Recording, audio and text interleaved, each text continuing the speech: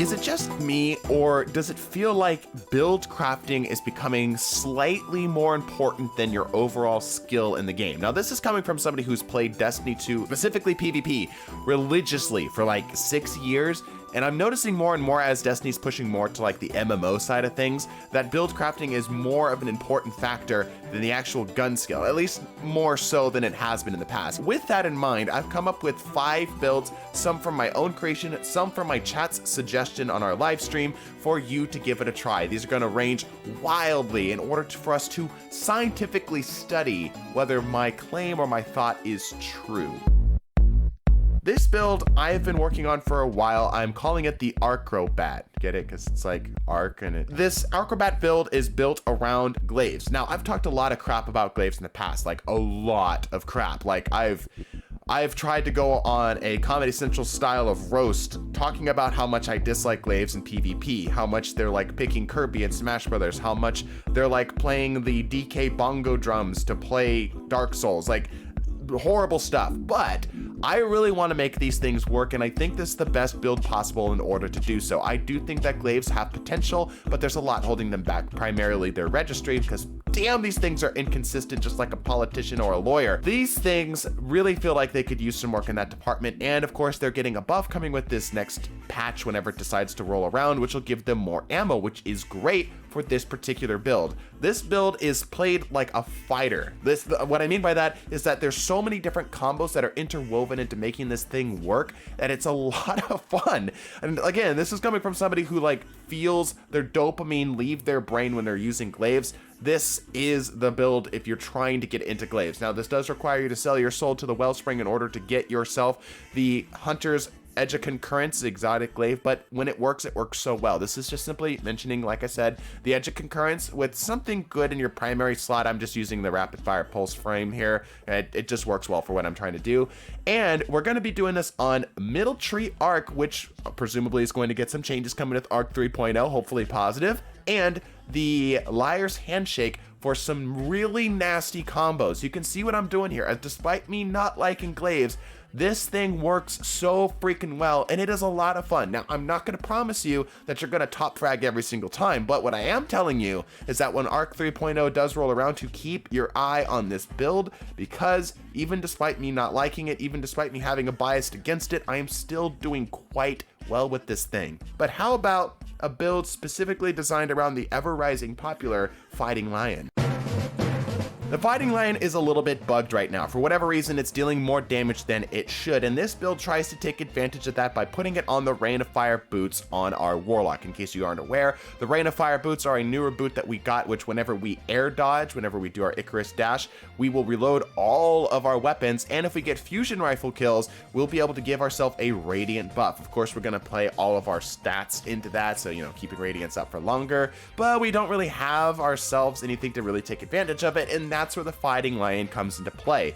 With the ability to reload on dodge, we're able to fire a Fighting Lion shot, basically immediately reload, and then fire again.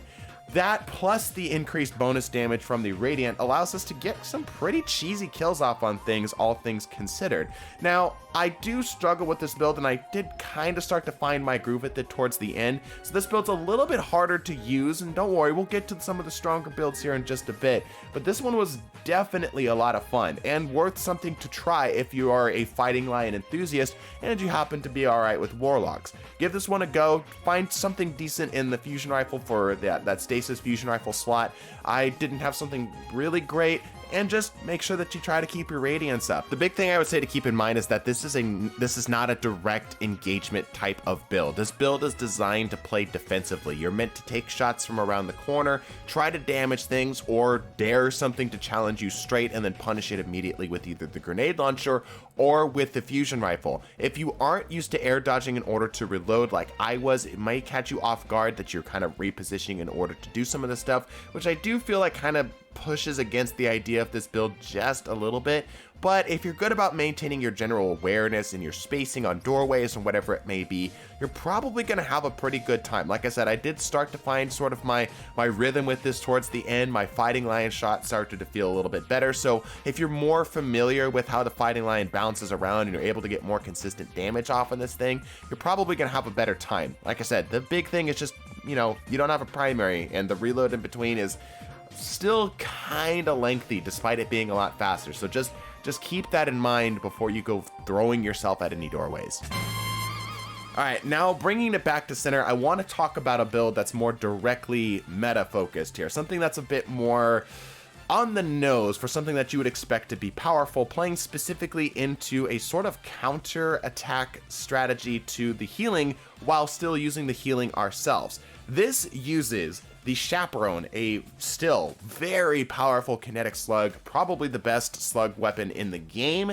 And it's using ourselves the God-rolled Gunsmith Hug My Balls that came a while back, which had Demolitionist and Wellspring, allowing us to keep our abilities up really, really often. And we're running this all together with the Peregrine Greaves, which allows us to instantly shut down basically anything outside of some absolutely tankiest of boys.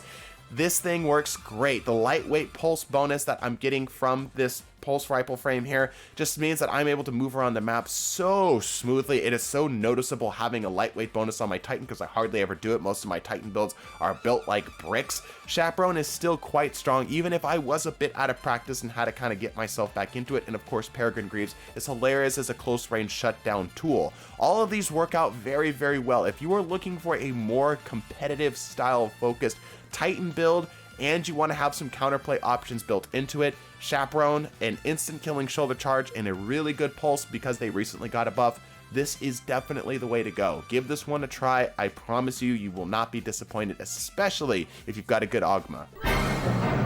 So while I was doing this, like I said, a lot of these builds were from livestream chat. The chat was hoping to cause me some pain and anguish. So they started giving me some weird builds, and in particular, one of the things that I've talked about in the past that I'm not a fan of in PvP is trace rifles. Now, that has changed a little bit recently because of the stability changes, but the build that they gave me is Cold Heart and the Karnstein armlets. Yeah, this was an interesting one. I actually ended up liking this, I think, more than chat was hoping for. They were trying to make me suffer, but it ended up actually working out. Cold Heart is not bad right now. It really isn't. It's not the best, but it is able to put some stuff down that most people aren't expecting. The ramp up of damage is a little bit more forgiving now, and for whatever reason, it says it's supposed to give me ionic traces off of high energy kills when I get the thing charged up, but I cannot get this to happen. Somebody in chat said that it only happens on double kills, but again, it's not guaranteed, so I don't know. Cold Heart appears to be bugged, but even despite that, it still feels really good to shoot. I would, if nothing else, as sort of just something as a takeaway for this, just grab a trace rifle and give it a go. Find something to pair with it here. Just, you never know. You might find yourself really liking trace rifles, sort of like how I did with my next build. And the Karnstein armlets are fine. I mean, I had Devour up, so, you know, I didn't really get a whole lot of success off of the Karnsteins. Karnsteins are still good, but until we get a really melee-focused build, which might come with Arc 3.0, I don't think we're going to really see these really shine anytime soon. They're great. I mean, don't get me wrong. They're just a bit boom-bust. You know, sometimes they're great, and sometimes they just don't do anything. But like I said, this next build uses another trace rifle, which I did not expect to be as fun as it was. This build I ended up running here, very similar to the build I was running before. I was actually running this build before the live stream actually came up, which is why I was so comfortable with the Cold Heart. This build uses the meme of Divinity and Arc Souls. Now, going into this, I expected to be disappointed, or rather, appointed. I expected to be entirely whelmed. I had really low expectations for this, but as I got into this, and knowing that I really didn't need to hit heads with the Divinity, I just hip-fired everything and just let the Arc Souls clean things up, and I was really surprised with how effective this ended up being. Like, really freaking surprised. I did not expect this to go well at all. I expected this just to be a joke that somebody puts on Reddit and calls it a day, but it did okay. It, of course, is not the greatest. You have to really maintain your Arc Souls, but if you can do all that, it worked. It absolutely 100% worked. And the reason for that is not because of its fantastic TTK. The TTK is fine, but it's the combination of you not really requiring headshots so you can just strafe with the hip fire, and people's flinch. It flinches a lot.